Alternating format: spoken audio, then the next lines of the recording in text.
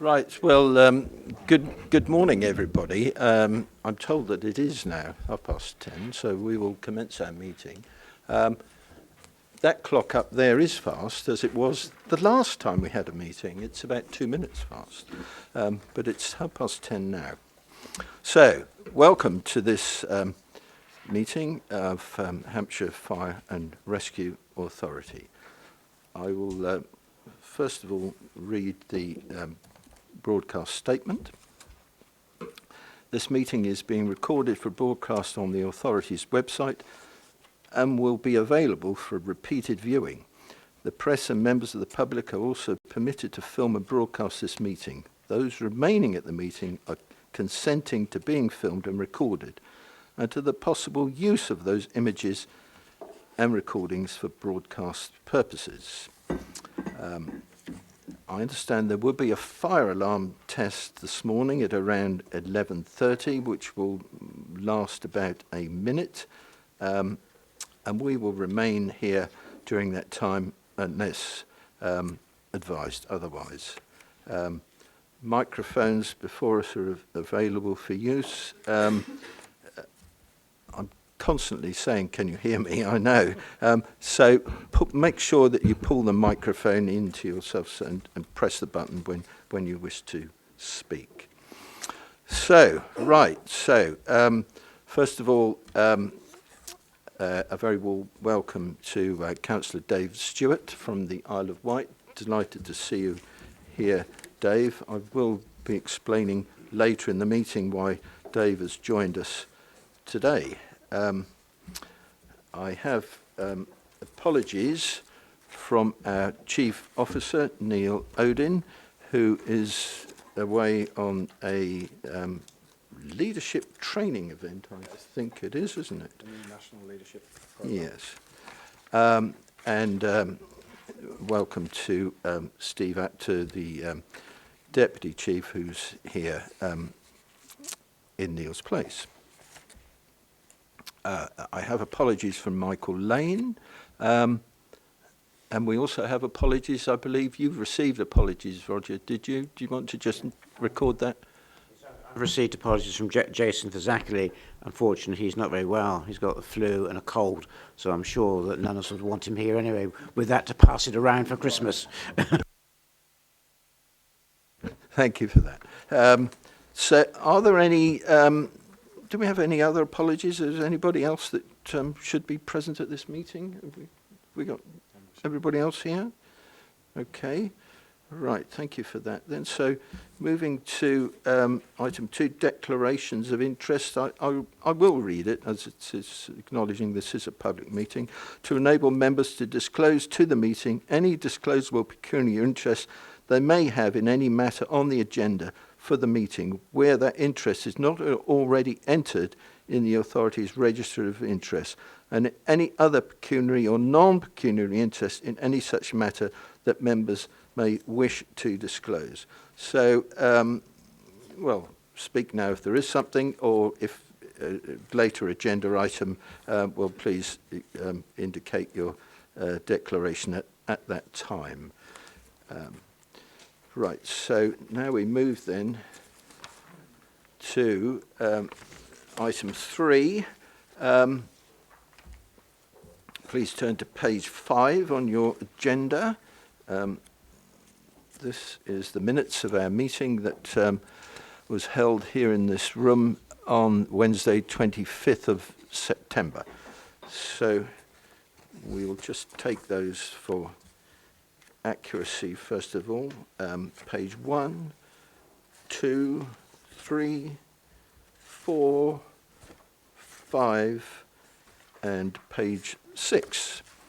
Are you all content that that is a true and accurate record of our meeting on that day? Everybody happy? Thank you. Any issues arising from those minutes? Anything you wish to comment on? Everybody okay with those? Right, thank you for that. So I can sign those minutes then. Sign those. Thank you. Right, so moving on to deputations, we have none. And then we will move to Chairman's announcements. So I apologise to you here in advance that I have quite a lot to say now, but I hope you will agree with me that there's some important issues that we need to discuss. So first of all, IRMP consultation dates. Our Integrated Risk Management Plan for 2020-25 public consultation closed on the 24th of November. There were 806 responses received from across the county. I don't know if we know about the island, do we? Not at the moment, we're waiting for them. Waiting for those. Isle of Wight Council and Hampshire Fire and Rescue Authority members will be sent a consultation report for a four-week period to consider and provide feedback. This document will be available from the 20th of December. So some Christmas reading for you there. So I'll invite Steve Apter to comment. Thanks, Chairman. It's on the forward programme for both this authority and the Isle of Wight Council, Councillor Stewart. So the report will come forward. We haven't received the final analysis yet, or the consultation analysis. That's due with us within the service towards the latter part of next week, and obviously we'll be considering that. And as Chairman's already said, we'll consider that through a consultation period, through the feedback period, and then we'll be reporting back to authority for comment. The RMP specific piece then will form part of that broader Hampshire and Isle of Wight safety plan, as we've discussed previously. Yes, Chairman. Right. Thank you for that. So next item is Protection Board. The government invited the National Fire Chiefs Council, the chairman, Roy Wiltshire, to chair a new Protection Board. The board consists of senior representatives from the Home Office, the Ministry of Housing, Communities and Local Government, the NFCC and Local Government Association. Funds have been made available by central government. The board are developing a programme of work designed to deliver the Secretary's commitment to increase the pace of activity across high-rise residential buildings with ACM cladding systems.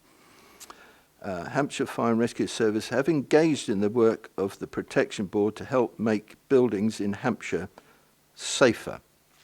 Now, we have this as Chairman's announcements because I did receive a report just very recently that indicated that the fire service is required to respond to certain questions which relate to buildings actually in Portsmouth, and the service has to respond by the end of December.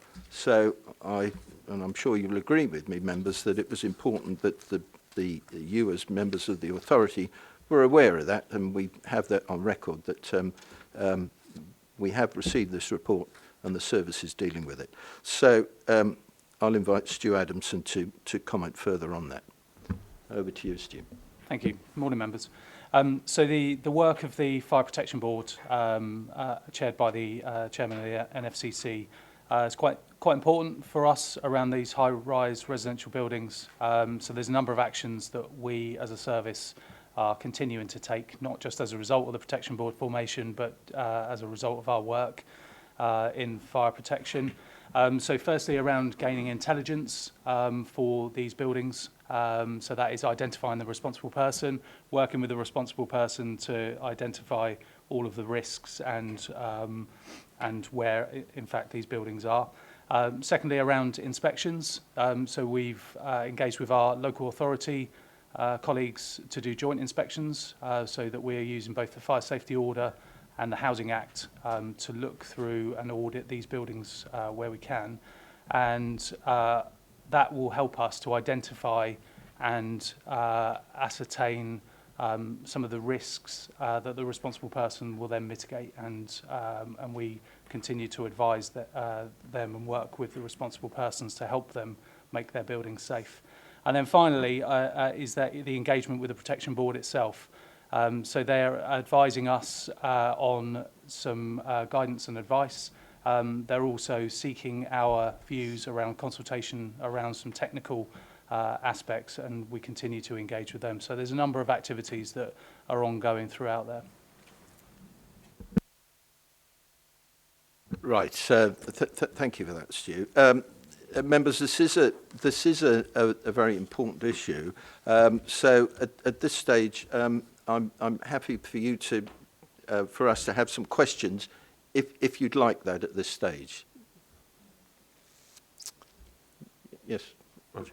Mine is, sorry, Mr. Chairman, mine isn't a question, but just to say is that the Local Government Association has called a special Fire Commission meeting on the 24th of January, when that is to do with Grenfell, the reports and what have you. So there may be some more coming out of that, which probably links into this as well. So I will be going to that, and we'll be able to feed back either at an APAC meeting or the next Fire Authority of what comes out of it. Fine. Thank you. Sharon, yes. Yes, thank you. The buildings that you mentioned in Portsmouth, can it be clarified if they are currently inhabited, and if they are, is anything being done about that? Thank you. So 2 of the buildings are vacated, so they're empty, but that doesn't mean that we stop worrying about them, so we'll still keep working with the local authority who own those buildings to make sure that they're safe. Safe for our firefighters if there were to be a fire or an incident within them. So 2 of them are empty. One of them is occupied. And again, going back to our work in terms of inspection and joint inspections with the responsible person. So we continue to work with them to make sure that the inhabitants of those buildings are safe, and to make sure that the responsible person creates that environment for them to be safe. Right. So thank you for that update, Stu. Members, I hope you agree with me that is an absolutely critical issue, a very important issue. So we have that on record now that the authority has considered that, and the service will be dealing with this issue this month and responding to the Protection Board. Right, so moving on, my next announcement relates to Grenfell. So the Grenfell Public Inquiry Phase 1 report was published on the 30th of October, and details of the events that took place on the night of the fire were reported. The report will be considered in full, and we will work to ensure the wider lessons are not only logged, but we learn from them and they inform our policies going forward. Phase 2 of the inquiry is expected to commence early next year and should examine the circumstances and the causes that preceded the events that took place on that night. The thoughts of all of us within Hampshire and the Isle of Wight remain with those that bereaved, the survivors and the families of those affected by this awful tragedy. So I will invite Steve Apter to add to that comment. And thank you, Chairman and members. And I think it builds on the point just made in the previous item around the Protection Board, and certainly Councillor Price's comment that there was a correlation between the creation of new boards. I think for me, and some assurance back to members, the Shantha and her team are pulling together analysing the lessons and that we can take from the Grenfell Phase 1 report. But I think to take that in isolation, I would, and we are taking a broader view to make sure we've got some assurance back to you as authority members that we're looking at the lessons to be learned and how we implement those. We're already doing some of that because it's across a wider piece. I think also the second point for me, it links with the comments from Stu around ACM. It's a fear I have is if we have a professionally we just focus purely on high-rise, because the issues are around high-risk buildings, and whilst high-rise has a specific challenge in its own right, both operationally for us, and as Hampshire Fire and Rescue Service and Isle of Wight Fire and Rescue Service, we're working across a number of other services to look at new and innovative ways to deal with what we now see as a changing risk landscape in light of what we now know. So and the third strand to that, excuse me, is making sure we've got the best risk-based information to inform our operational crews should they be mobilised to these incidents. So there's some early actions we've already undertaken, but there's a longer period here. And just to finish with, phase 2 of the inquiry, which is likely to start later next year, promises to unravel even more learning for us as a sector, I believe. So it's, I know members in this room wouldn't be thinking phase 1 is the end of it. There's a long way to go before we unravel the broader piece here.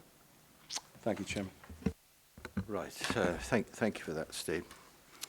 Right, still with my announcements and moving on to different events. Can I sort of thank those of you that were here for the recent graduation ceremony? That was a superb event, and the first time that I had actually been, we're in room X here, but we were in X, Y, and Z, and what a revelation it was to be there. This is a superb location here when we have all these rooms used as one. So that was a splendid evening, and can I record my congratulations on behalf of the authority, and I'm sure you will agree with me, to all the graduates that passed out on that evening, and it was excellent to see so many new female firefighters. It was, wasn't it? It really was. And also, again, in X, Y, and Z, we had celebrating success just recently in the presence of Her Majesty's Lord Lieutenant. And we did hear some inspirational stories from what has happened in the last 12 months. And quite honestly, it was an honour for me to represent you there and celebrate those events. As in all award ceremonies, there had to be winners, but everybody, all those that were nominated were winners, and it was a truly inspirational event. As these events always are, but we hear stories of incredible things that have been happening and what our firefighters have dealt with. So that was really good. So still with me with announcements. I've been on holiday recently. Some of you may have been aware of that. While I was away on holiday, I got a text message from Paul Breakwell, former head of media and comms, and Paul was actually saying goodbye. I had no idea that he was leaving. He actually has been headhunted, and he's now will be working. He lives down in Dorset, and he will be working, I believe, much closer to home. So I did send him a message on all of our behalfs, thanking him for all that he's done in the past, 3 or 4 years, is it? He's been with us, something like that, because he really has assisted with the transformation that's been happening over those years. So Paul is gone. We have a replacement who's not with us yet. It's somebody called Nikki Avery, who's no relation to Jason. I understand she's going to have a slightly different title. She's going to be not head of media and comms, she's going to be head of comms and insight. Not quite sure what insight, how that difference will work out, but anyway, we'll look forward to meeting her when she arrives here. And finally, we also said goodbye to Councillor Tig Outlaw from the Isle of Wight.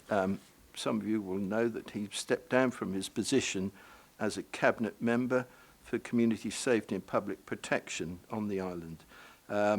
for personal and I think business reasons.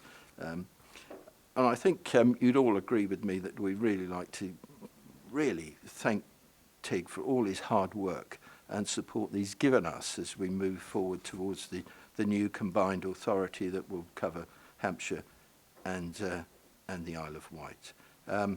Tig will no longer be a cabinet member, but he's, as I understand it, he will remain a councillor for the Lake North ward on the island. As I said earlier, I welcome Dave Stewart, the leader of Isle of Wight Council, and I'd invite Dave to add to what I've just said. Well, first of all, I would absolutely echo what you've said for Tig. I have to say he actually valued this particular part of his role very highly and was extremely disappointed that because of his personal professional commitments he wasn't able to continue. So as a cabinet and personally I decided I would pick up the mantle of the fire service myself directly. There were a number of reasons for that, and that may be a burden or a blessing to you, we'll see over time. I hold currently the portfolio for strategic and local partnerships, and this fitted well with that. I was also very minded on the support and pleasure that we have working with Hampshire towards the new Hampshire and Isle of Wight Fire Authority, and I wanted to get the continuity there. Those that haven't met me, and are a number in this room, I wear a number of hats. I chair the Hampshire Police and Crime Panel, which oversees the scrutiny of the Police and Crime Commissioner. I am currently a member of the Local Government Association Safer and Stronger Communities Board, so I engage quite highly with the LGA. And this role in particular is important to the island. I wanted to give you but one example, you'll be aware of it. We had some recognition awards on the island relatively recently for the very sad fatal accident which occurred on the island involving a bus and some people with some fatalities. And one of the key outcomes of that for me at the awards was the tremendous appreciation that's held on the island for all the emergency services, including the fire service. And I've actually felt quite proud of the whole effort, and I hope that Steve will be able to take that back to his team, because sad as the accident or the road collision was, which is yet to go through all its process, there is no doubt whatsoever that the fire service team, along with the ambulance service, the volunteers, everybody involved, really raised the respect again, if you could do that, and it's high already. So I just wanted to mention that.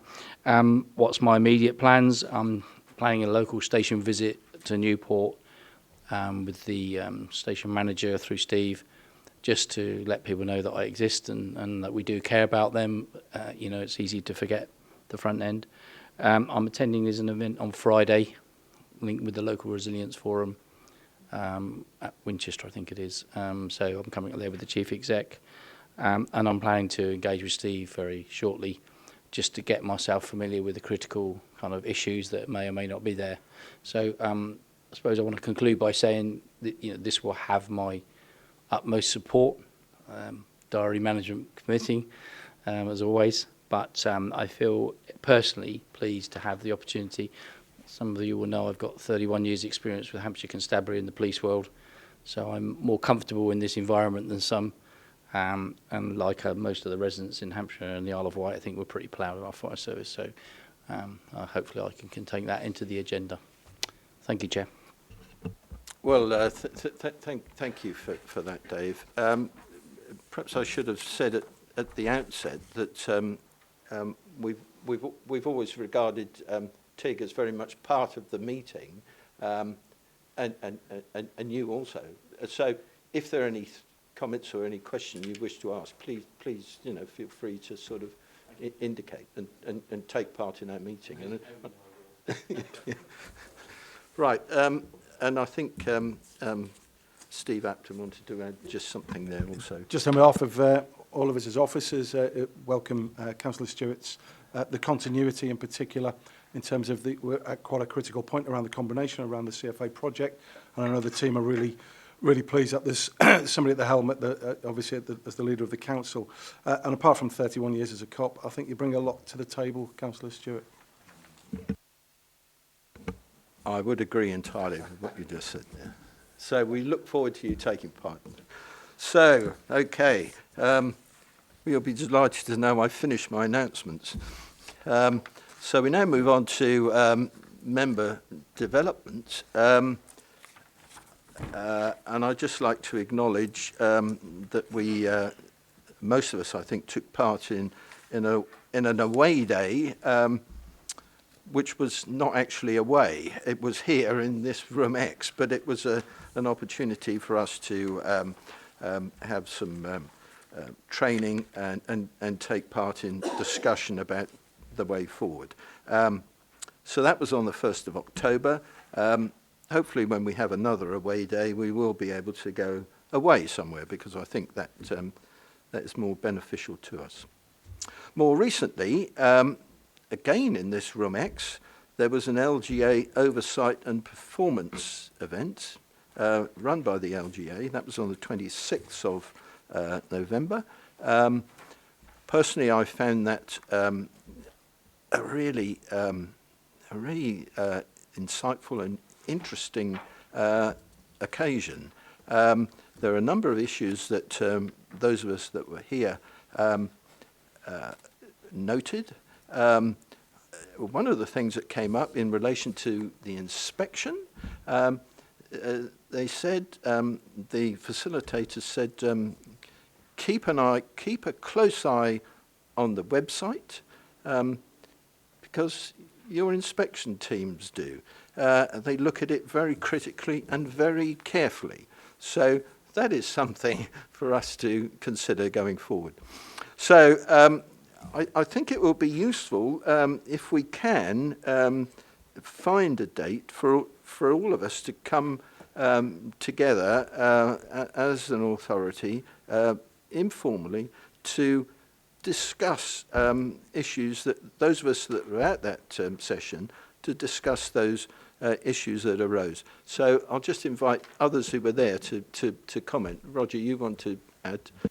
I think, you know, from my point of view, it was a very worthwhile occasion to go and listen to what the perspective is from outside of the authority, because we become very inclusive being here. We hear our officers, what they say, but it doesn't give us a chance to challenge them in the sense with other thoughts of what other people have from outside of Hampshire.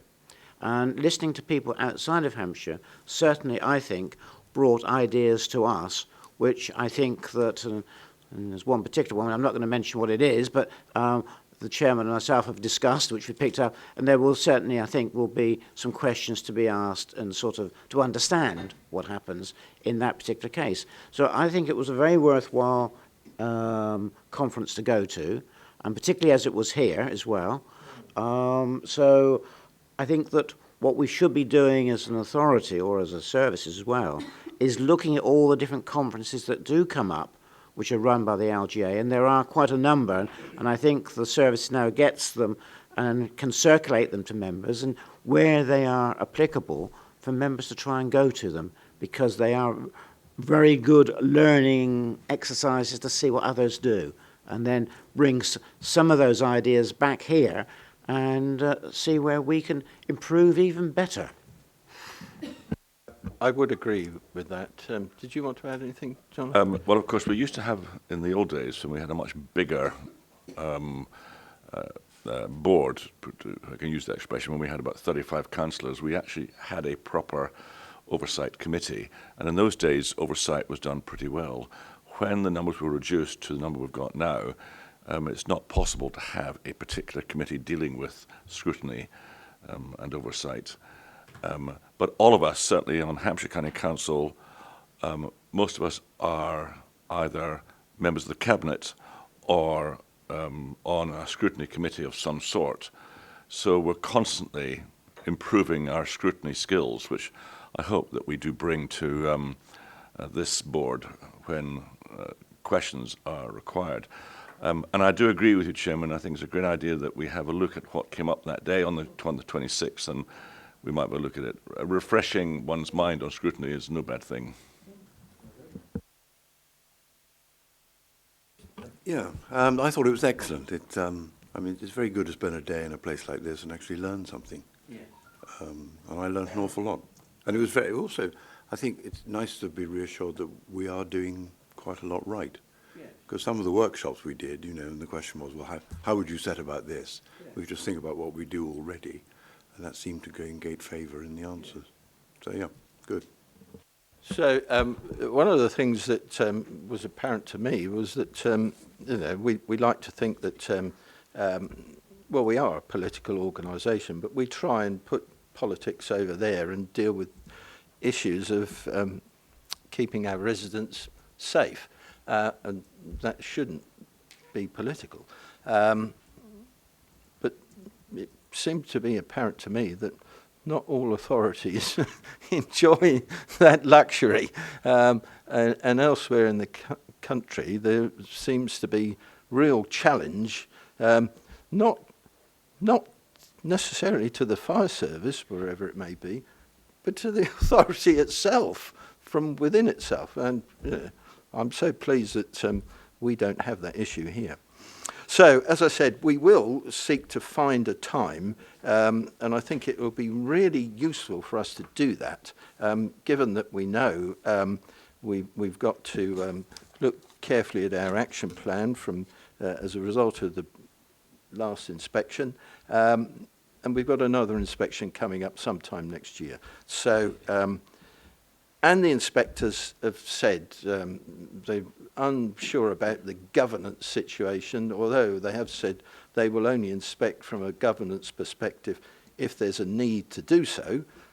But we have to be seen to be doing our job as scrutineers, which is what Jonathan was referring to, and it's the whole of our authority that fulfills that function. So we will try and meet privately to consider the issues that arose.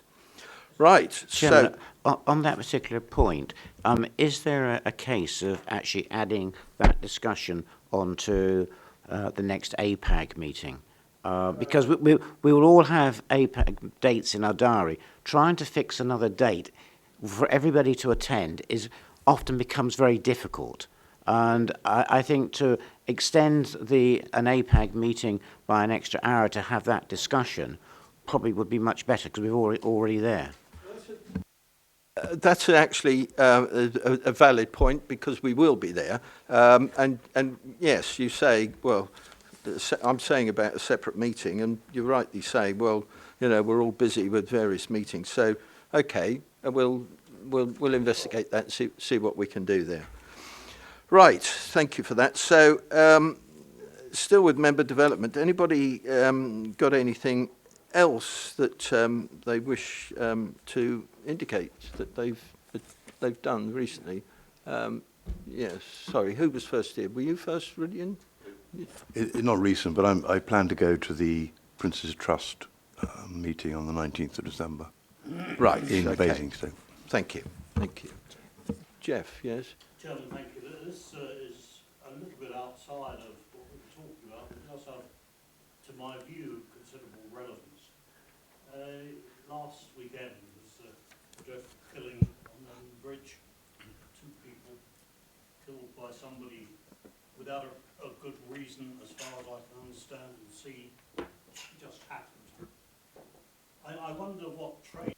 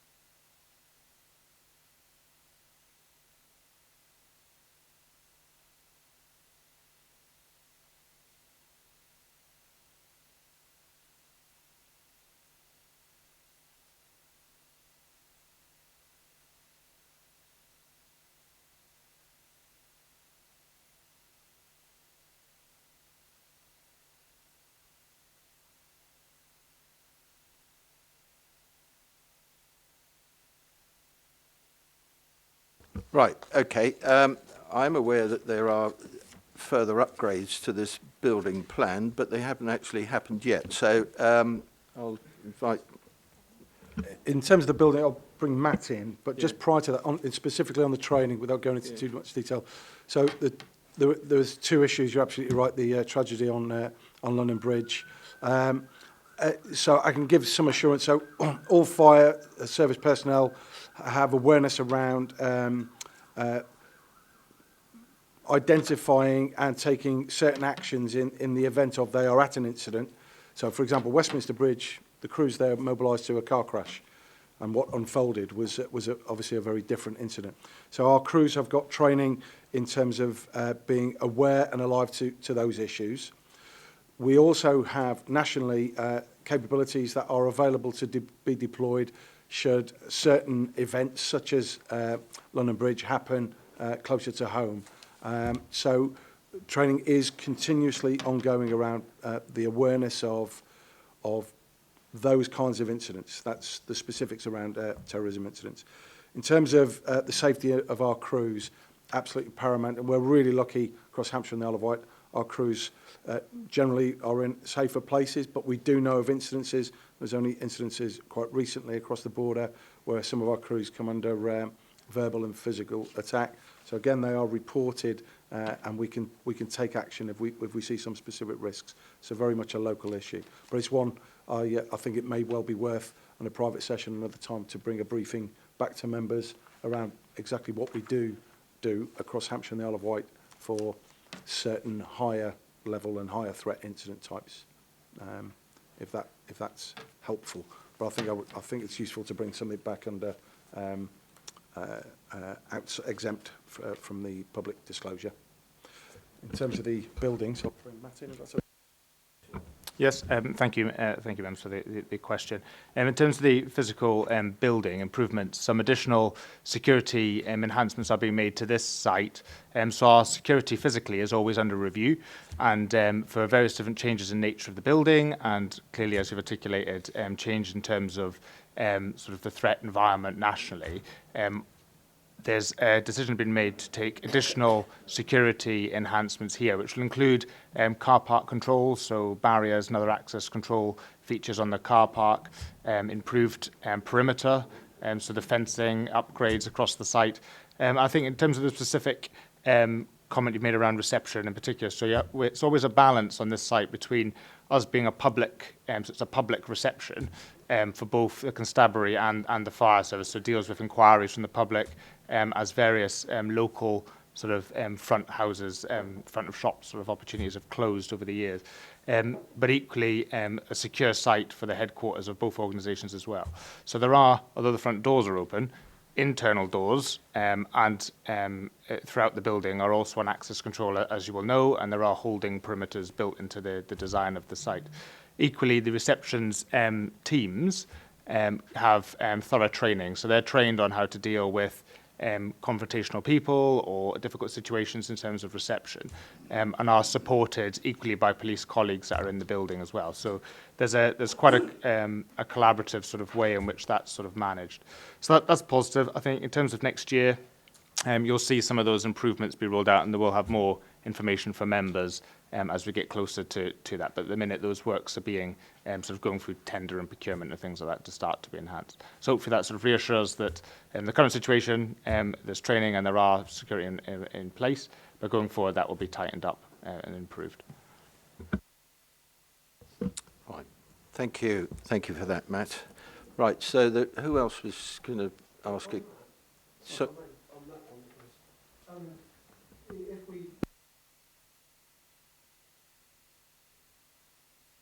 anything is a weapon. And of course, one of the things that was used against the attacker on the bridge was a fire extinguisher. And we've got well-trained, fit people, firefighters going out there, and amongst other things, they've got axes. Anything is a weapon to protect themselves. I arrived just before Jeff at 9:15, and there was definitely somebody on reception then. And of course, you still need your card to get through the second door. And presumably there was somebody in the back office that had just gone in there. So I think you can rest relaxed on that.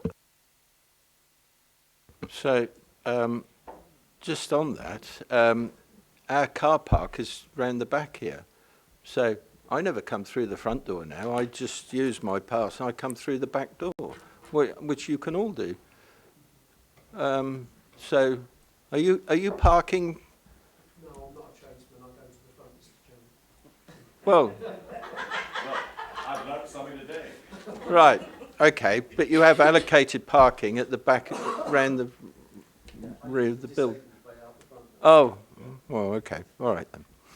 Right, so we're still with member development then, aren't we? So you want to say something, Roger? Thank you. I attended the NFCCC People Engagement Forum in London back in November, 4th of November. I'm appointed onto that from the Fire Service Management Committee. The first part of the meeting was to agree the Constitution and to make it very clear that this forum is not a decision-making committee, but it's a sort of a consultation committee or forum for ideas which the NFCC has.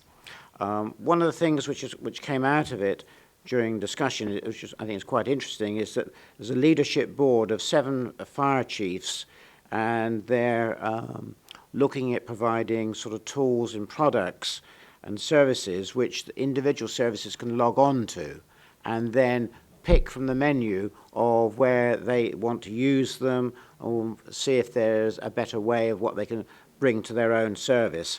One of them is supervision and leader, what they need, a direct entry pathway, 360-degree management performance, and looking at the high potential of people and a pathway through to going on further. So it's certainly a very interesting forum, and you know, if there's anything which really comes out of it, I will bring to you in the future. It's going to meet every 3 months, 3-4 months, so it should be quite interesting. Thank you. Okay, thank you for that, Roger. So who else wants to? No? Right. Oh, right, sorry, Jonathan. Yes, you want to say. Yeah.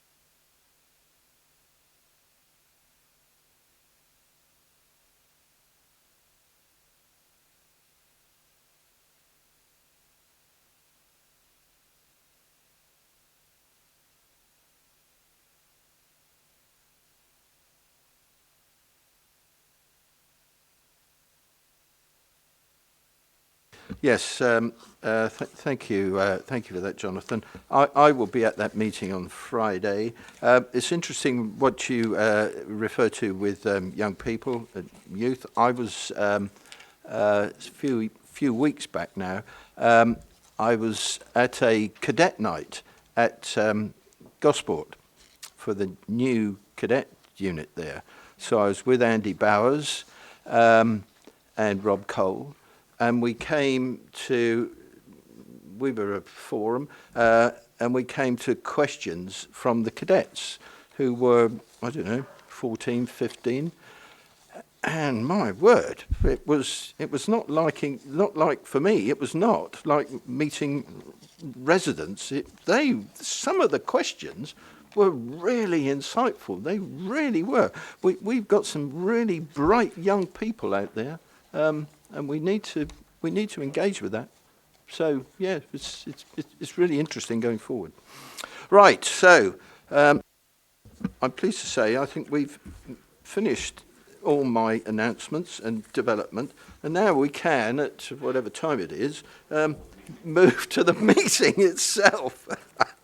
Oh gosh. Right. So please turn to page 11. which is the annual statement of assurance. And where are you, Shantha? I'm here, hiding at the back. Okay, you're on stage. Thank you, Chairman. Good morning, members, ladies and gentlemen. So I've got the pleasure of presenting to you the annual statement of assurance. It is a short document, but nevertheless it is vital because it demonstrates to all of our stakeholders, to local communities, to the government, how we are keeping the communities safer, how we're making life safer. It's mandated, it's required by the Fire and Rescue National Framework. There's not a prescribed format, so that's quite helpful because in our description we've described how we deliver operations, people and organisational development, policy and planning, review and performance, and how we enable all of that. What we will do in the future is bring the timeline for approval forward in the fiscal year. So you'll notice, as you'll have read through it, we're actually describing our assurance for the financial year, last financial year, so 18-19. So it would be my intention that we'd bring this to you round about the same time that we bring the annual governance statement and other key documents at the start of the fiscal year. Yep, so that's it. So it is a relatively short document, but it is incredibly important, and I'd be happy to take any questions on the document itself. Thank you for that, Shantha. The only comment I personally would make is that looking at the introduction on page 3 or page 17 of the agenda, I think we should have some reference to armed forces because I can't see them mentioned in the document. And the only other thing, I mentioned earlier that we'd been told at the LGA event to consider our website because the inspectors look at it critically. Now, I am aware that in the past, this statement of assurance seemed to get lost on the website, and we were told that we hadn't done it. But we had, and it was on the website, but nobody could, I assume, it couldn't be found. So I hope it's now on the website in such a format that it's readily apparent and readily available. So I just make that comment, Shantha, and I hope that that will be the case. So, members, questions? Roger, yes. I need to go this way more often. Sorry, Jonathan, but Roger's first now. Shanta, on page 21, I've got three different pages of different items. On page 21, in the paragraph which starts, the proposals were then reviewed. It then goes on to say, by the service management team and by our governing body, the Hampshire and Fire and Rescue Service Authority. I think there's some wording needs slightly changing there. You're right. You're right. The next one is on page 23 under respond. The first point is that the third bullet point, it says 8 fire stations with 24-hour coverage. Now, I'm aware that certainly some fire stations have full time for so many hours in the peak period and then on call for the remainder of the 24. I don't know whether the 8, which it alludes to here, are all identical. If they are not, should we not be listing what the coverage is? So as it shows that we've got, let's say they're all the same. For my argument at this point is that those 8 stations have 8 hours or 10 hours, whatever it might be, of full-time cover, and then the remainder of the 24 hours is on call. So that it really sets out what coverage we have. The other comment is that one of my colleagues, Sharon, raised the point about the first figure, 5 fire stations at 24 hours. Is it 5? We would have thought it's more than 5, because we have 3 in Southampton. I think Cosham and Portsmouth are full-time, so that's 5. I would have thought Basingstoke is 5, and I would have thought Winchester's is 4 times, so I would have thought it might have gone up to 7.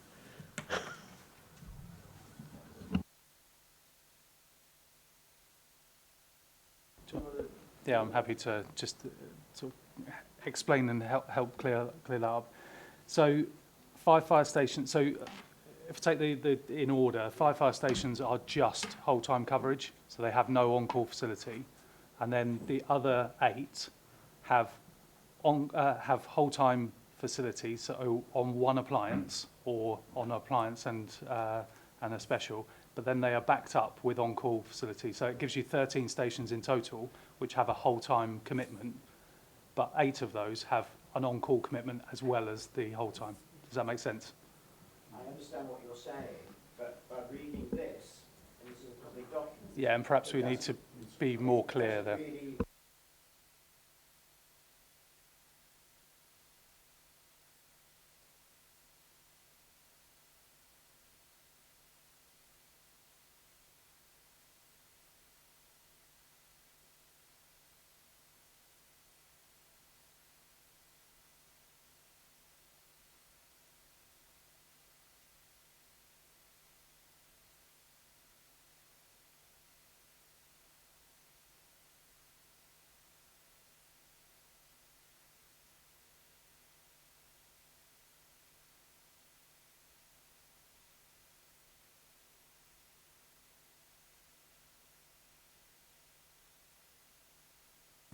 Yes. Did you? Yeah, sorry. So my understanding, the pay multiple is the difference or the multiple between the lowest paid person in the organisation and the highest paid. Right. Well, then also we ought to have in there that for transparency that we do.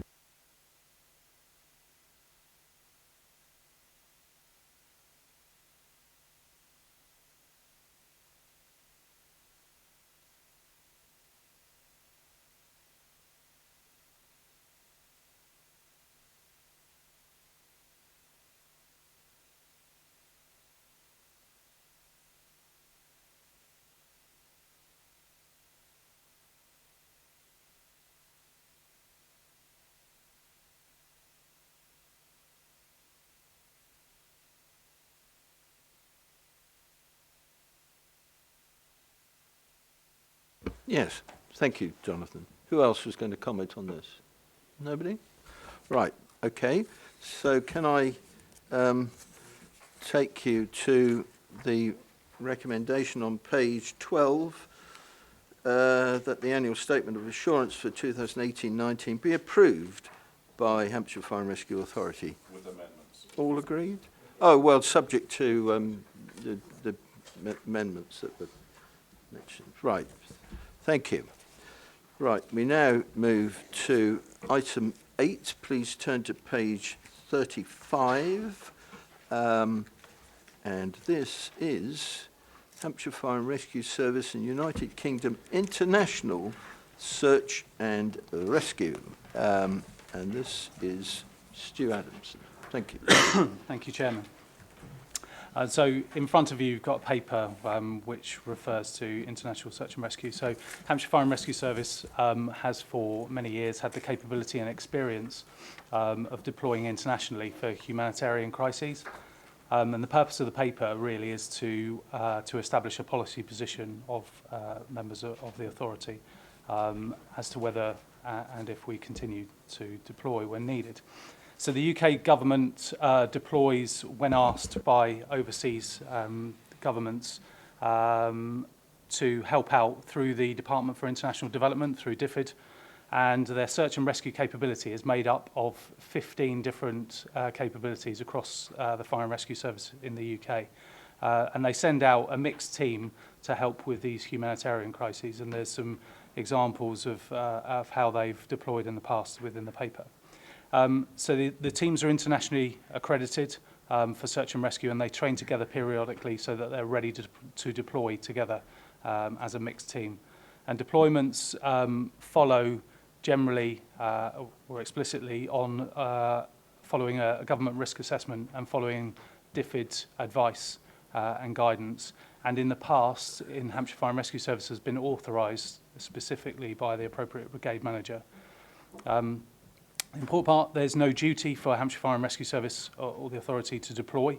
However, there is a power given within the Fire and Rescue Services Act, within Section 11 of that Act, to be able to use the powers for search and rescue. There are some risks, and they're set out within paragraphs 37 to 40. So there are some risks with maintaining their capability and deploying those.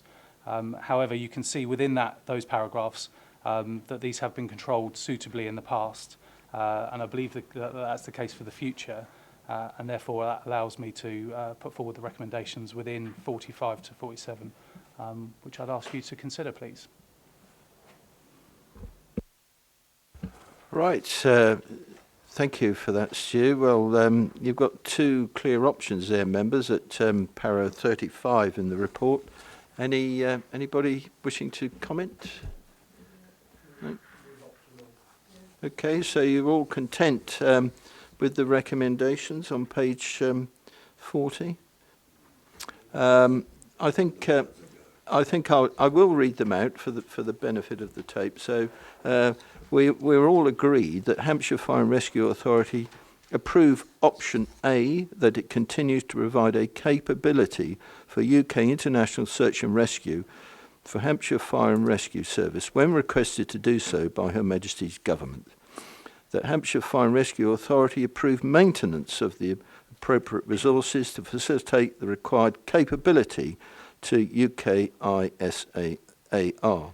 That Hampshire Fire and Rescue Authority approve procedures formed to deploy which are outside the authority's statutory duty being delegated to the Chief Fire Officer. Everybody content? Agreed. Thank you. Thank you for that, members.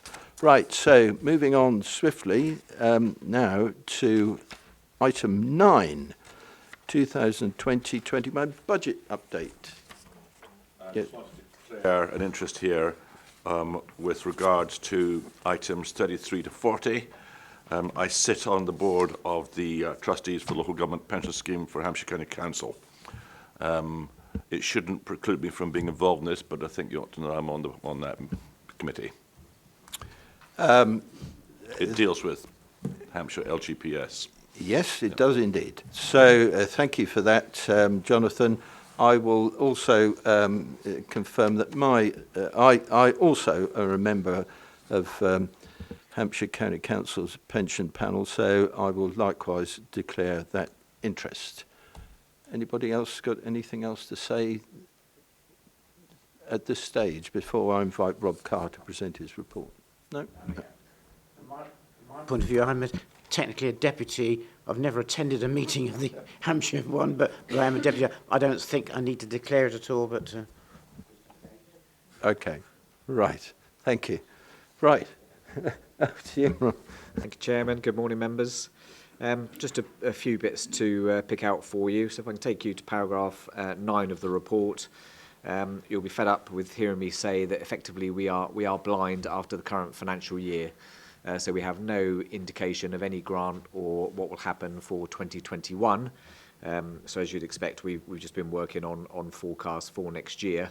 So we have got some information that came out of the spending round just for the 1 year. So we are expecting a real terms increase in our grant. We've forecast previously a 10% reduction, so obviously that's positive for us. We've had confirmation that the pension grant that was issued last year will continue, again, significant item for us. And the council tax referendum for the core increase has been agreed at 2%. Last couple of years we've been able to go to 3%, but our forecast only assumed 2%, so it's in line with that. So given all of that position, we do expect to be able to set a balanced budget next year. Clearly, we need to await the outcome of the next election next week, and whether that have any impact on the figures.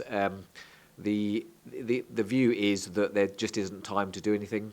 So it takes a significant amount of time to do all of the calculations for the local government spending position, and therefore to do something and for us to still be able to set a budget, we think whatever incoming government there is, they will need to stick with the figures that have already been produced. So just taking you to paragraph 15. So the budget position for the current year, so we're currently predicting just under £500,000 underspend. That's obviously quite significantly below where we've been at this point of the year in previous years, but in some respects you'd probably expect that. So all of the reductions that we've made within the budget as part of our savings programmes are now fully in and embedded, and therefore we wouldn't expect to see significant underspends arising during the year, and that's borne out by the current position. Take you to paragraph 8, reserve funding. So I think one of the key features of our medium-term financial plan over the years has been our ability... It's not that much of a financial crisis.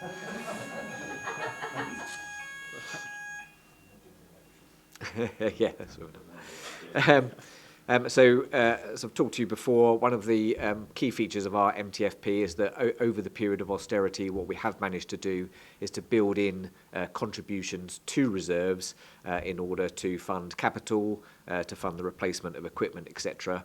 One of the areas that we haven't done that yet is within the ICT. So obviously we have significant ICT which needs refreshing on a regular basis. So what we're suggesting in this report is that if we are able, as part of the budget setting, we will aim to build in a £500,000 contribution to ICT for future years. But that will be dependent on the final position and the grant settlement, etc. But in terms of a forecast and a budget position for next year, we're asking you to consider that and agree it for us to try and build that in. Section 25, so talking about the CFA funding. So as you know that we've had a year's delay in the potential implementation of that. That is going to increase the costs that we are incurring on the implementation. So there's about an extra 305,000 that we've predicted there, a maximum figure. That is mainly to do with the fact that we've got staff 100% employed on that programme, and their funding will therefore need to continue over that additional year. So you'll recall that we agreed about £800,000 as part of a previous budget. So we're asking you to approve that from the Transformation Reserve. And then finally, just the LGPS changes that we were talked about. So 2019 is a evaluation year for the LGPS. Obviously, non-uniform staff within HFRA are able to join the LGPS. To cut a long story short, in effect, we've had, in the past, we've had deficits in the Hampshire local government pension scheme, and we have been making contributions in order to recover that deficit originally planned over a 25-year period. Interestingly, as a result of Brexit and a lot of the changes that have happened within the currency markets, our investments have done extremely well over the last few years. So for the first time in a very long time, the pension fund is in effect 100% funded. So all of those previous pension deficit contributions that all organisations were making effectively no longer need to be made. So for us, that's over £700,000. There is a small increase in what's called the future service rate, so we'll need to take that into account in the budget. But overall, we expect to make a saving of over £600,000. Now, as easily as that went, it could also come back again. So obviously, there will be a further valuation in 2022. And what I'm therefore suggesting as part of our medium-term financial plan is that rather than bank those savings and then potentially need to find that money again in 3 years' time, is that we effectively put that into a grant equalisation reserve, which county council members will be aware of that terminology because we've had one there for some time. And then if there are changes to our grant over the next couple of years, we'll have some money available to help smooth the impact of that while we potentially make savings in order to balance the budget. Happy to take any questions, Chairman. Well, thank you indeed, Rob, for your excellent presentation there. I'd agree with you entirely that the use of the grant equalisation reserve is the most expedient way forward there. Members, questions? Who's indicating? Yes, Roger, yes. Thank you. Rob, I've got three questions. Page 43, under 16C, it talks about the legislative changes for replacement of tyres on appliances. What's happened there? Has the tyres on our vehicles had to be changed because they've changed something, type of tyre, or what? Not exactly my over there. So this is a new piece of legislation for all LGV that are over 10 years old. So you used to be able to run with tyres for an indefinite period of time as long as the tread was legal. There was an accident and there was a change in legislation around the age and therefore the composition of the tyre. So all of those over 10 years, which our fleet, there's quite a lot of our fleet at the moment because of our replacement programme waiting for the new vehicles, are over 10 years, and therefore we've had to replace quite a lot of tyres. Useless bit of information, part one. The accident investigation relating to that identified, just observing tread alone, it was the wear and tear inside the wheels and the tyres, and it affected, there was an other incident within a fire and rescue service in the UK, so that was what it was. Just seeing it in the report, I guess it was interesting what had changed to cause the extra cost. The next question I've got is to do with the CFA funding. You've answered the point about keeping staff on the extra £305,000. Will we be making any representation to government to recover that? Because it's their reasoning why we're having to pay it. Because if they'd got on with the job and actually passed the relevant acts in Parliament, we wouldn't have had to pay it. So it's their fault. I think they'll just say, look at your reserves. I accept that, but you don't make an application. Oh, I know. So you recall that we did write previously in respect of the implementation costs and also a request to try and help us out with some of the sort of capital investment that we would need to put in place. If I come to think of it, I'm not sure we ever got a response to that, so I will definitely follow that up and we'll add another 305,000 to it. My final point is under paragraph 39 to do with pensions. Rob, as you know, is that the firefighters' pension is the actual costs which are incurred, and central government has agreed to pay for the first year and the second year, but we don't know what's going to happen for the future. As this relates to pensions, should we set up a separate pensions fund, which, because we're saving it on the LGPS one, we may have to pay it out through the firefighter one. So rather than putting it in solely to a grant equalisation reserve, should we not be looking at pensions in the entirety, whether it's LGPS or firefighters, and having looked at funding and having special reserves for it? So I think that's a good point. I think in terms of the one-off saving that we are making over the next few years, I think we can put that into a separate reserve specifically for grant equalisation. If in the future we don't get the grant for the firefighters and that this continues as a saving within the LGPS, then certainly we could use this 600,000 towards the cost on an ongoing basis. But I think it's a difference between the ongoing position and the one-off position over the next couple of years. So as I've highlighted in the report, hopefully this time next year we will have an understanding of what our multi-year settlement is in respect of the spending review and then how that feeds through into individual authorities. And it will be much easier at that time to be able to make decisions around this 600,000, whether we need to bridge a gap on the firefighters' pension. Right, thank you. Now I think the next one is you, David, please. Thank you, Chairman. On 3.11, page 55, you mentioned BPS. What's BPS? 97 BPS under the credit background, credit default swaps. I assumed it wasn't bits per second. Basis points. Sorry? Basis points. Basis points. Ah, so the S doesn't actually... Okay.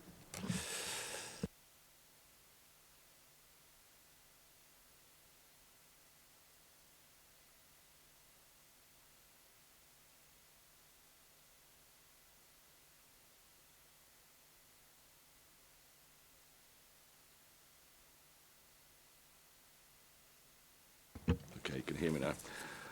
I wrote down why, and then looked on to paragraph 25, which I have to say, if my son had asked me for extra pocket money, and I replied why, and he said, well, most of the additional costs relate to the extension of my program and my project resources employed in the project, an additional business readiness activity that will need to be undertaken over the extended timeframes, I'd have been quite impressed. But I have to say I'm sitting here a bit confused as to what that exactly means. So if you just explain that to me, I'll be happy. It's people who are in effect 100% employed on the overall programme. That's very helpful. So the result of this is that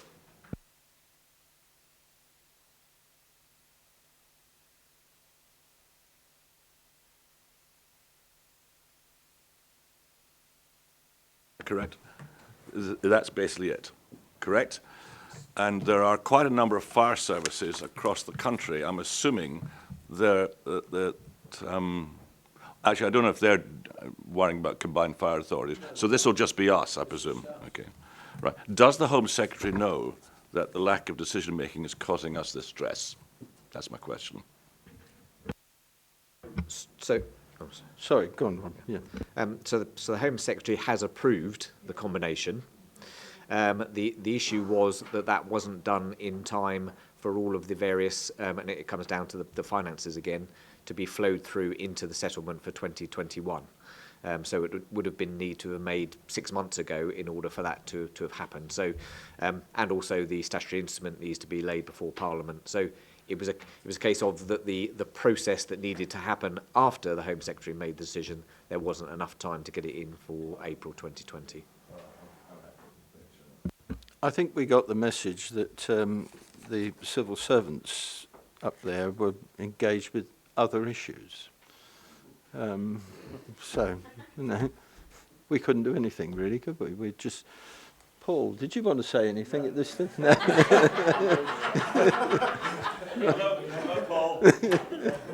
I'll happily talk about tyres.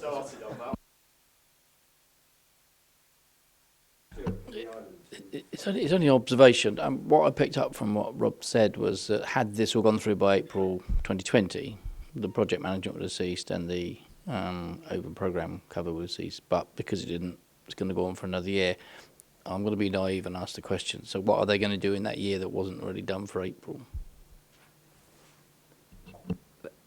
That is a good question. So a lot of the work that we were doing around things like terms and conditions, systems, etc. To put it bluntly, we were on a bit of a tight timescale, as it were. So there was concern that, from our own point of view, the implementation would have been very tight for April 2020. So in effect, we're taking longer to do those things properly.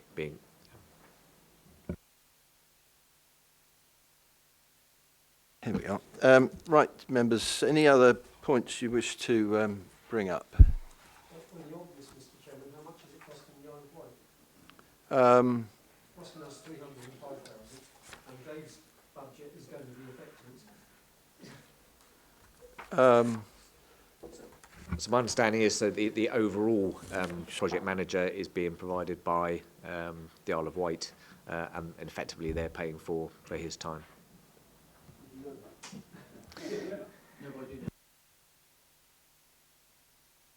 Okay. Well, I'm glad we've clarified that. Right. So, can I take you to the recommendations, which I'm hastily looking for, which are on page 49. Shall I read these out? It'd probably be helpful for me to do so. So the first one, that Hampshire Fire and Rescue Authority agree with the principle of setting the precept at the maximum level before breaching the referendum limit, subject to final decisions by the authority in February next year. That Hampshire Fire and Rescue Authority approve an annual contribution of up to 0.5 million into the ICT reserve, dependent upon the eventual budget position in February. That additional funding of up to 305,000 100,000 be approved from the transformation reserve for CFA preparation costs as a consequence of the additional year's delay in implementation.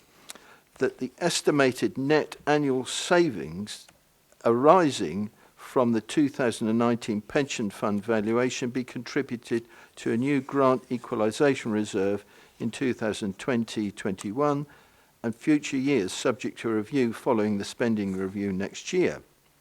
That the mid-year review of Treasury management activities in Appendix B be noted. That delegated authority be granted to the Treasurer to make prepayments of contributions up to 3 years' worth into the Hampshire Pension Fund or pay off any residual deficit amount if it is considered financially beneficial to do so. Right, members, I've read all those out. Are you content with those, to support those recommendations? You agreed? Thank you very much for that. Thank you. So now we move to an interesting paper in a new format, the mid-year performance report, and I invite Shantha to present her report. Thank you very much, Chairman, ladies and gentlemen. Page 65. So I'm delighted to present to you the mid-year performance report. So this is looking at our performance over the first half of the fiscal year, so from the 1st of April to the 30th of September. And as noted already, it is in a new, improved format. It is a much richer picture, which focuses on not just how we make life safe, but also how we're effectively running the service to make life safer. What you'll see within the main report are a broader set of data sets, more facts and figures, and this is of particular interest, obviously, to Her Majesty's Inspectorate of Constabulary and Fire and Rescue. And we're in a world where we're increasingly having to focus on understanding our performance and, of course, sharing that with the public too from a transparency perspective. What I believe you have in front of you with this richer picture is there's a real benefit to reviewing performance, because what that enables the service to do is to keep on growing, to improve and learn, and also for us to generate new understanding, new insight that we're doing the best thing by our communities. So the cover report kind of sets out what the mid-year performance report is. Paragraphs 9 onwards, the highlights are simply highlights that have been taken from the executive summary in the main report. What I'll do now is I'll move to the appendix, which is a detailed document, but I just want to help you by signposting a number of different aspects to it. So on page 75, you have a snapshot on one page of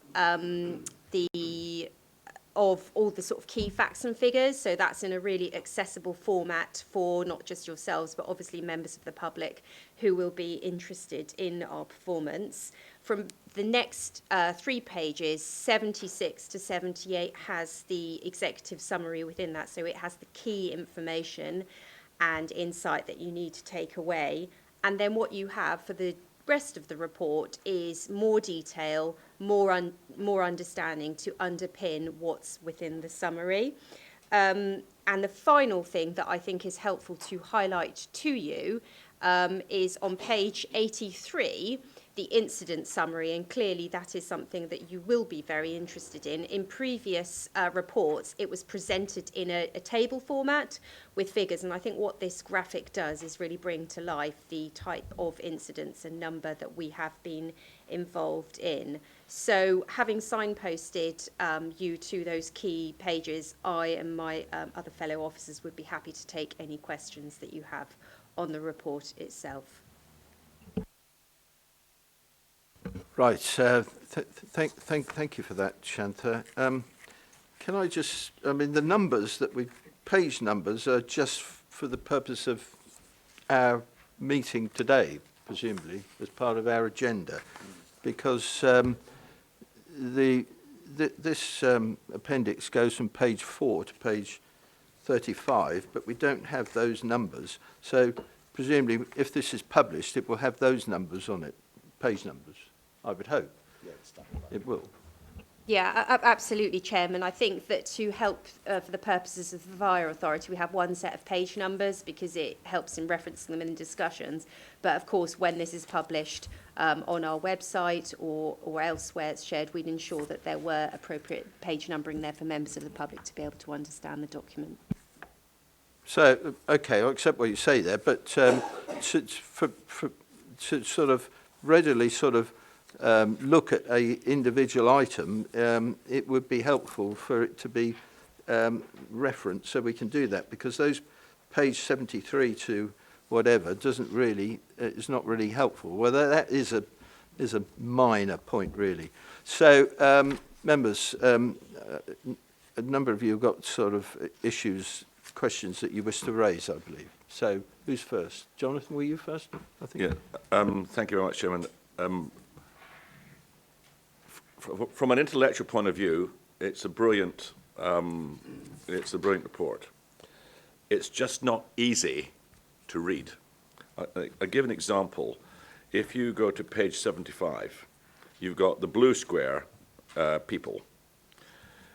To see what lies behind that, you've got to turn over, and then you've got to search through all the different numbers until you get to, I would say, 7.1.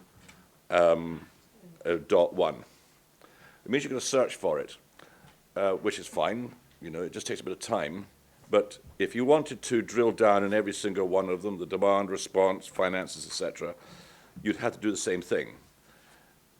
So I'm quite certain that higher authorities will find this very interesting. But I think it's handy to have, for example, the example I gave on people, next door to the information that gives you more detail of what's going on. That's my comment. Others may want to say something similar. But that's certainly my comment. It's about bringing together what I call the pictures with the paragraphs.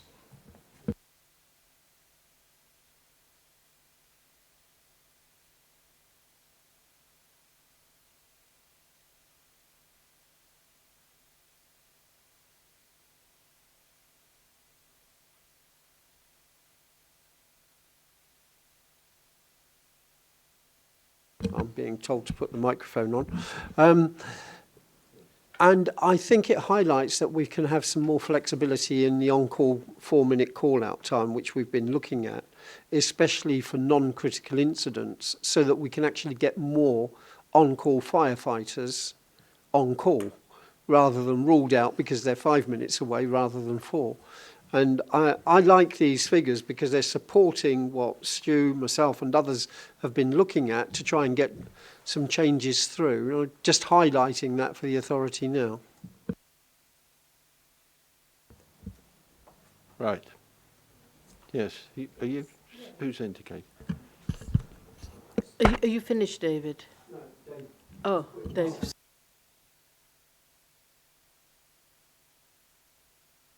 Thank you, Liz. I'm just interested in these on-call and the critical incident responses, and it refers you as you go through it. I'm particularly looked at page 76, item 2, and just makes the comment that figures have increased, but there's a 1.5 decline from 217. You then go into it refers you to the amendments and the attachments, and if you go to page 81, same point is made on the third paragraph, but a 1.5 point decline compared to 217. But then I read the next paragraph, at the bottom of which it said, modern firefighting tactics, technologies and improved partnership working with other public bodies shows the path of improved public safety is through better quality of response than just focusing on speed alone. And I think that is my answer to my question. But what I want to ask is, what are those better qualities of response that the public should be aware of that means a few seconds slower, but getting there more through the public quality of response is the right way forward? Does that make sense? Thank you. Oh, Yeah, thank you very much, Councillor Stewart, for that. So, absolutely. When we look at what the response is like from a public perspective, it's quite easy to think that a quicker response is a better response, and that probably would be an easy answer. But I think it's about highlighting and looking at things like what we actually send, what tactics we use when we're there, how that results in less damage to the property, less spread, for example, of fire through the property or the premises, less fatalities, which is something that HMI are particularly interested in, our particularly high level of non-fatal injuries, lower level in comparison to other fire and rescue services. So it's those sorts of things that in trying to get away from a focus purely on speed. And of course, as I'm sure you're aware, across England, there is such a patchwork and a difference in approaches that different authorities take on response standards. So we're trying to sort of move into that space and talking more than narrative. It's more about the quality of response. I hope that answers the question.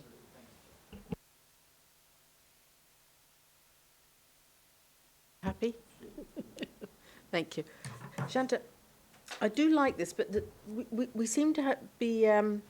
take Jonathan's remark about people on page 75. We're comparing it between April and September 2018. Other places in the report were going back to 2015.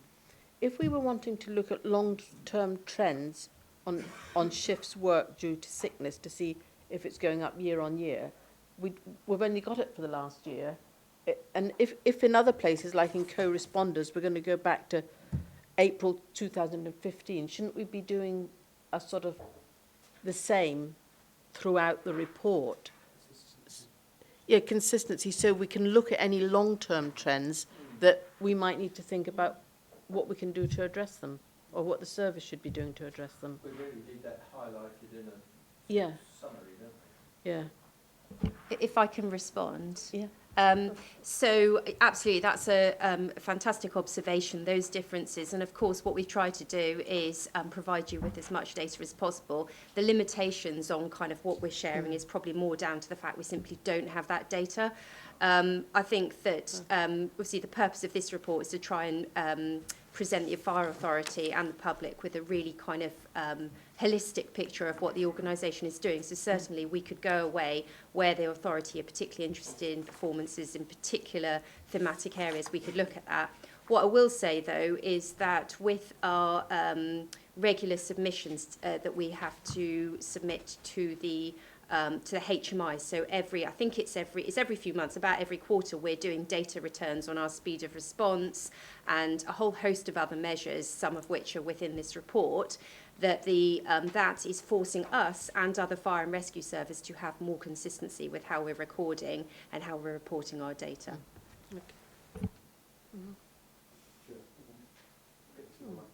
I think what would also be helpful, excuse me, and that the point Shantha's just made around we're being driven by a number of other forces, and HMI being a particular one right now around data and the data requirements. I think also sort of an ask really from a member's perspective is really helping us to help you in terms of prioritising those areas that you really want the level of scrutiny, going back to the conversation at the beginning of the meeting, to be able to provide to you. So in terms of the principles with this format, it's about trying to create a sort of a dashboard approach that we can drill down to, notwithstanding, and I think there's a fair observation, we need to make that easier to navigate, but the prioritisation of areas for you as an authority to inform us would be really, really useful. Thank you. Chairman, because I would say one thing, I can sit here and say I'm worried about the number of times people are off sick, but there might be something else which is equally concerning that I know nothing about because it hasn't been reported on. So, I mean, a lot of it depends on the fact that you will bring to our attention things that you think we need to know before we can say whether we think they're a priority or not. That's the absolutely critical aspect of our fulfilling our function here as scrutineers of the service. This is an excellent document, but it's got to help us in fulfilling our function. And well, this is a useful debate to maybe, we can seek to streamline this going forward and hope that it will help us. Because, you know, the inspectors are going to be looking at this. So, okay, where are we going? Roger, going back to you, Roger. I'm starting. Right. I think this is the first time the document or the information is put in this sort of format. And like most documents, it will develop over time and it will change. And it will eventually give us the historical facts and figures over the next 3-4 years, because we'll have the data going back long enough to be able to provide and show what actually is happening. Now, in general terms, I think it's an exceptionally good document. There's a lot of information in here. You've got to go through it and read it to get to some of the bits. And I partially agree with Jonathan about the photographs not linking with the pages over the next couple of pages, but the information is there. And this is what I'm saying to start with. I think that, you know, it's a very well put together document with lots of information, which will, I think, over a period of time will change. And but the information is there. That's the important thing. You've got to read it, but it is there. The question which I have is on page 81, the paragraph which starts off HFRS, the legacy of the 880. The second sentence in that paragraph says the 880 standard was based on methodology dating from post-war period and predicted on the understanding that a fast response was always, etc. Is that sentence meaning the old ABC times? Because originally, the old ABC times were in some ways much more reflective of the service, in the sense of, my memory serves me correct, A was the town areas, and therefore were, I think, under sort of there were 6 minutes, I think. Then you had the C, which was the rural, which was much longer for people to get, the appliances to get to. But we then brought in the 880 across the whole spectrum. I think that's what that is saying. Now, I have a concern is that although the response time has gone up 0.9%, good, I'm very pleased to see that, but when I look at it, it is still only 65% of the 880. It's nowhere near good enough.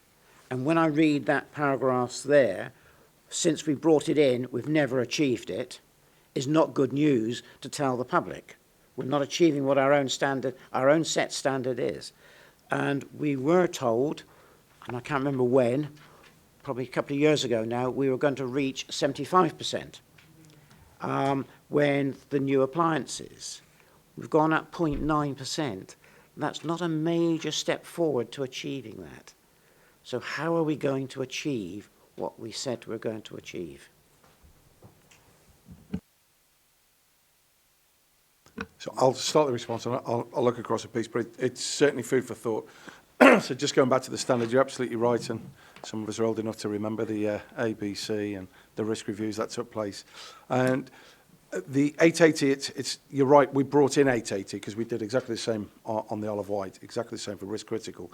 It was the methodology behind it that was based on the same, which was building risk rather than the risk of communities. So it was very much based on the methodology based on population density, which our understanding of risk, our understanding of our communities has moved on. Our methodology for presenting a response standard hasn't kept up with that. And I'd go further in light of the comments, the firefighting technologies, the question Councillor Stewart referred to earlier. Speed of response in and of itself is not the best way to mitigate, whilst it is an important part, it's a factor, in and of itself, it's a broader methodology. That's where we need to improve. We've got some really good ingredients. What we haven't got is the methodology around it to be able to demonstrate that. So that's something we are taking through as part of our improved IRMP process. I think in terms of here and now performance, I don't know whether the colleagues have got any comments, but in terms of the challenge, it's a challenge across the UK. Are we setting ourselves up to fail? Question. That's a challenging question. The point that I was trying to make there was that we've been told by that we were going to reach 75%, and we're still basically 10% off of that. So, what do we now need to do to get to that 75%, and when are we going to achieve it? Based on the facts and the information you have in actually setting that you can achieve it.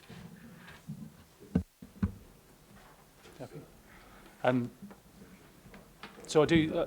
So just to, I suppose to give you some reassurance that my teams in operations are focused on getting there fast. That is one of their critical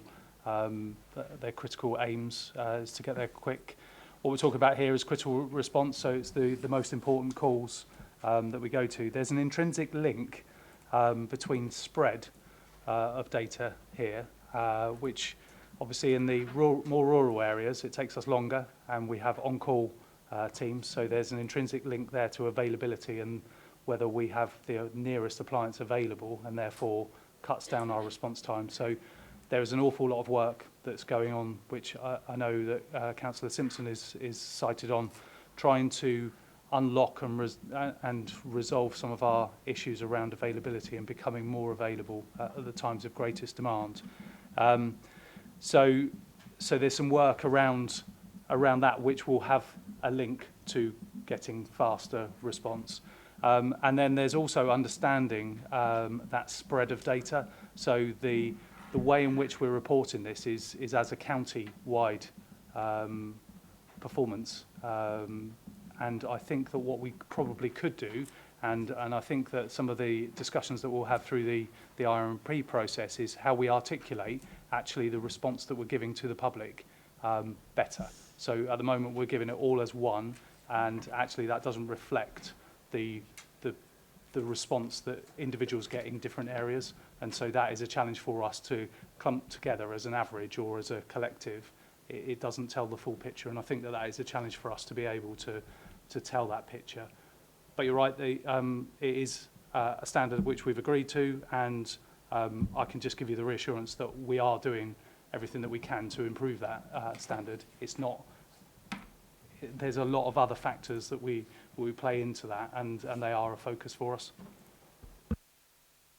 On that, Mr. Chairman, is that just going back in history, in some ways the old ABC times were much better to see whether you were actually making it in the given areas where they were applicable to.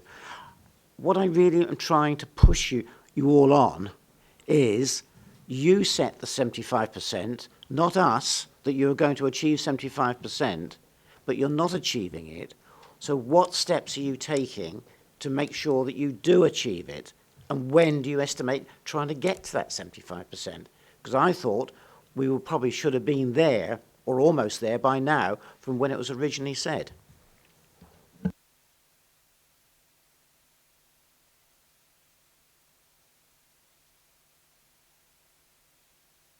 I can understand the frustration you're feeling, Roger.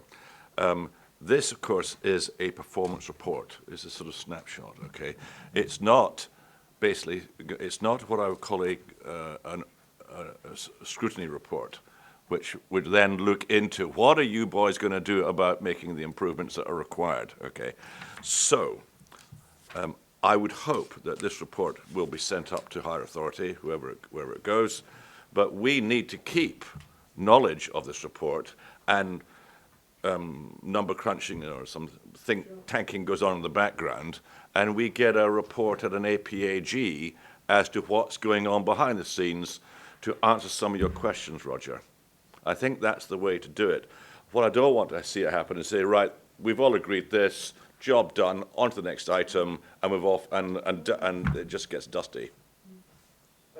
If I can just come back on that, Jonathan, this is a performance report, and this is our chance in a public arena to ask and question, ask and really do our scrutiny job, which you say we should be doing scrutiny, and that's what I'm trying to do, because this is the only time we get the information. So therefore, we need to be making sure that we ask the relevant questions, and I don't have a problem of some information coming back to APAC or wherever it needs to go. I just don't want us to lose sight of it. I think that's what Jonathan was attempting to say to you. This is a report, and it will come back to us at a later date when we will scrutinise it in further detail. I think that's what you're... I think that's a must. Yes, yes. So you want to... Okay, right. Mr. Chairman, looking at the whole issue of 880 and response Yes. times at APEC, not the rest of the report, just look at what we should be doing on response times and spending a lot more Right, time than we okay. So now I'm moving on to... You've been waiting a long time, Rudy, and that's your turn. I don't know whether this is for Shantha or for Rob. I read last month that fire services across the country have paid out over £4 million on workers' compensation, accident compensation.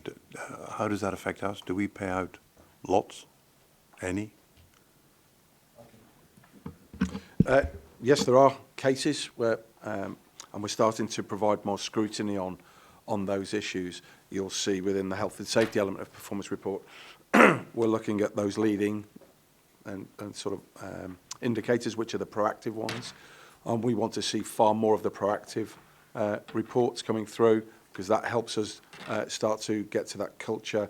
We're talking around performance around health and safety, particularly accidents and payouts in that respect through insurance.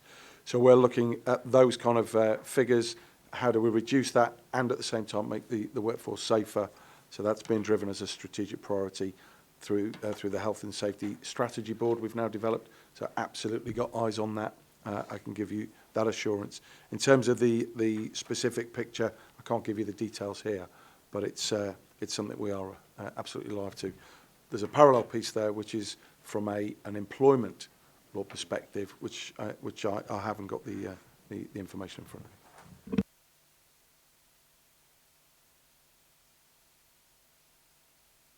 That's something we can ask for. Okay, Sharon. Thank you, Chairman. Right, page 75 and then sort of linking on to page 91, people and the 26% of the Green Book employees with mental health issues. How seriously are we taking this?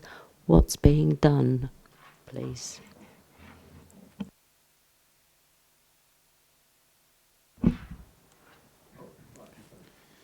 Thank you, Chair and members.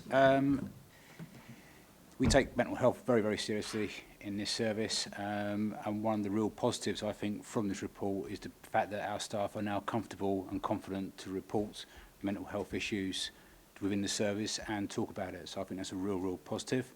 And that's one of the flip sides with mental health, sickness awareness. That it's almost a success factor. It's going up because people are talking about it. On the flip side, I want to do something about that.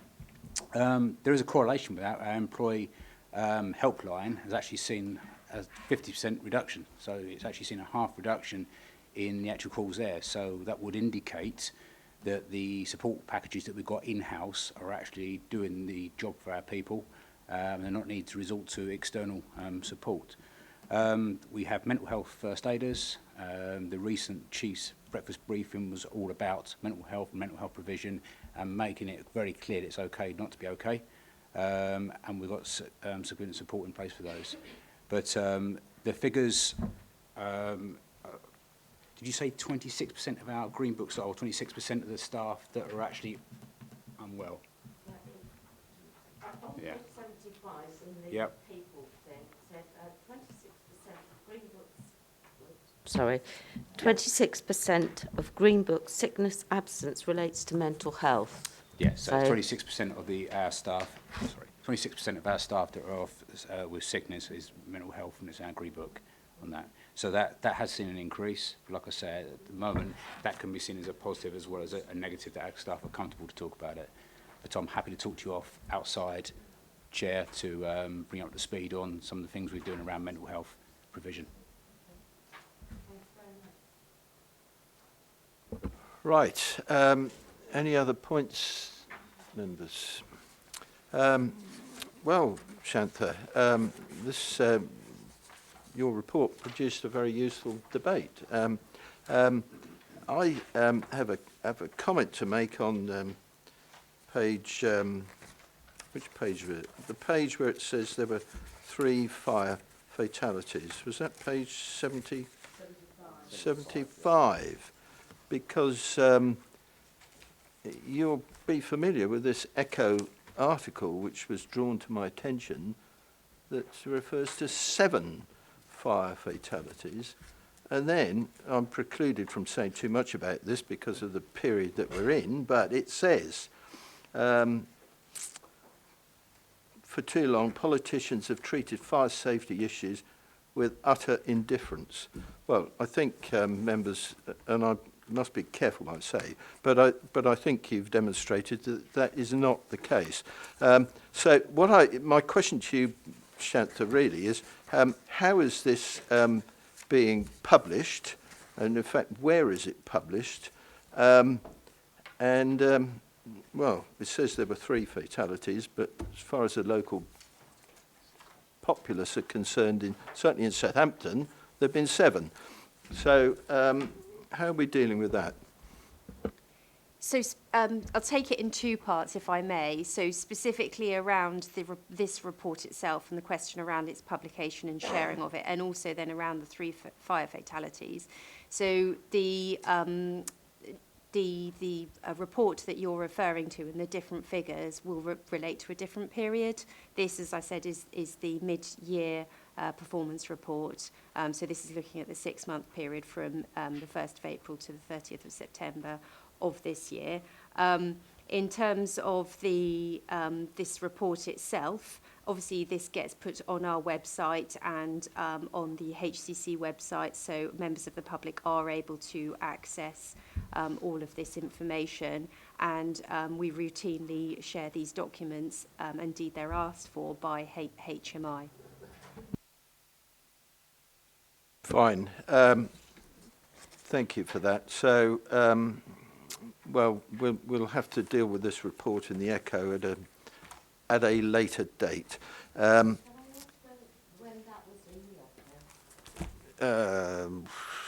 Thursday, 28th of November. Right. So, Katie, you want to say something about the recommendation? Thank you. Yeah, I was just going to say, as this report is just for noting, would you like me to add a recommendation around the further work on the 880 and response times?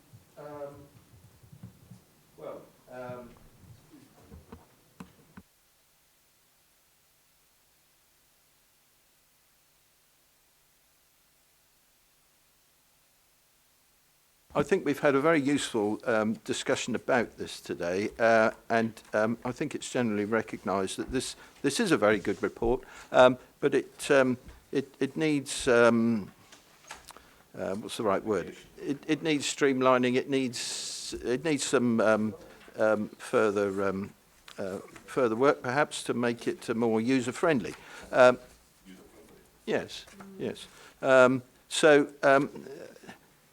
I don't think we necessarily need that in the recommendation, but we all know what we want to see, so we can discuss it at APAG, and it will come back to us. So I think we're okay.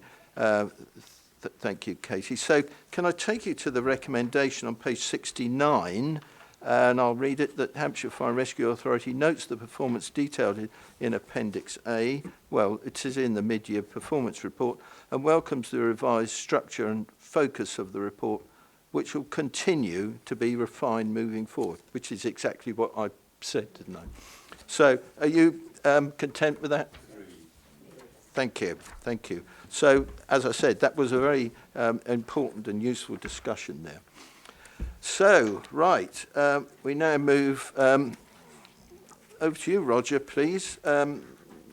Page 109 for your minutes of the stakeholder committee, which was held on the 25th of September.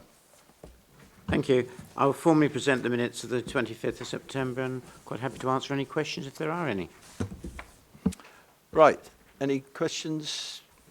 Anybody? So, right, we note that report then. Thank you. So, we now move to item 12, minutes of the Standards and Governance Committee held on the 22nd of October. And I'll refer to Liz Fairhurst, please, to present those minutes. Thank you, Chairman. Happy to present the minutes and happy to take questions. But I would also like to record my thanks to members of the committee and officers. We've had an increase in the number of our meetings. And I'd just like to thank officers and members for not complaining and coming along willingly and happily to the extra meetings. Thank you.